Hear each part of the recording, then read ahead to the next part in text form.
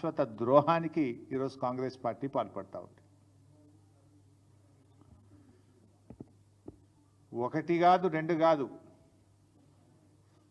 శాశ్వతంగా 200 టీఎంసీల గోదావరి జలాలను తరలించుకుపోయేటువంటి కుట్ర జరుగుతూ ఉంది. గోదావరి బంకచెర్ల ప్రాజెక్ట్ ఏదైతే ఆంధ్రప్రదేశ్ ప్రభుత్వం తలపెట్టిందో, ఈ ప్రాజెక్టు నిర్మాణం వల్ల తెలంగాణకు తీవ్రమైన నష్టం జరగబోతూ ఉంది. పైకి ఏం మాట్లాడుతున్నారు? ఏముంది, ఏదో సముద్రంలో కలిసే నీళ్లు తీసుకుపోతే తప్పేంది అని మాట్లాడుతూ ఉన్నారు. మరి గోదావరిలో అన్ని నీళ్లు ఉన్నదే నిజమైతే, సముద్రంలో కలిసే నీళ్ళు అయితే, మరి తెలంగాణ రాష్ట్ర ప్రభుత్వము గోదావరి మీద ప్రాజెక్టులు చేపడితే ఎందుకు మోకాలడ్డం పెట్టినరు? తెలంగాణ ప్రభుత్వం చేపట్టిన ప్రాజెక్టులను రద్దు చేయాలని, అనుమతులు ఇవ్వొద్దని ఆ రోజు కేంద్ర ప్రభుత్వానికి లేఖల మీద లేఖలు ఎందుకు రాసినరు?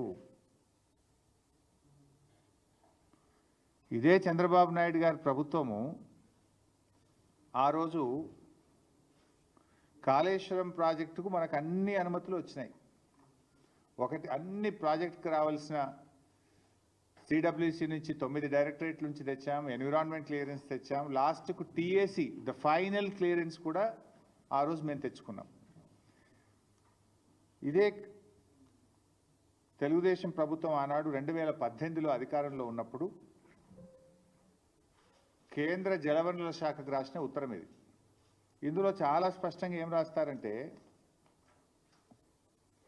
Kaleshwaram project unilaterally without approval from FRMB, apex council or CWC against the provisions under section 84(3), 85(d) of AP Reorganization Act 2014.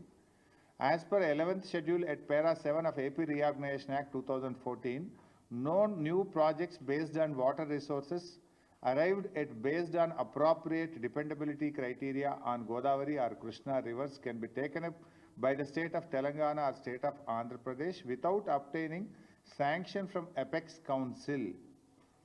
ఇది మీరు రాసిందే.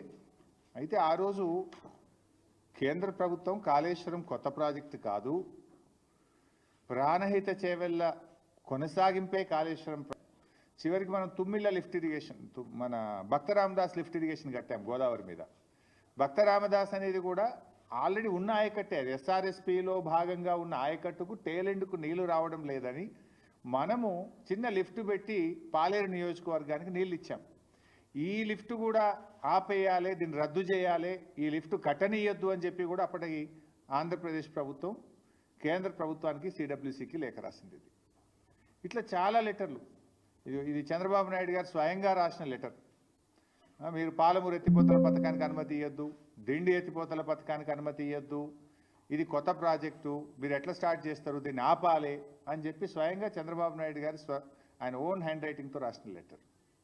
సరే, ఇట్లా ఇవన్నీ ఒకటి కాదు, రెండు కాదు, ఆంధ్రప్రదేశ్ ప్రభుత్వం రాసిన 20-30 లెటర్లు ఇవి. తెలంగాణ ప్రాజెక్టులకు అడ్డుపడుతూ, తెలంగాణ ప్రాజెక్టులను నిలిపివేయాలని, అనుమతులు ఇవ్వొద్దని, మీరు ఎట్లా కడతారని కోర్టుల్లో కేసులు వేశారు, కేంద్ర ప్రభుత్వం దృష్టికి తీసుకుపోయినారు, గ్రీన్ ట్రిబ్యునల్లో కూడా కేసులు వేసిండ్రు.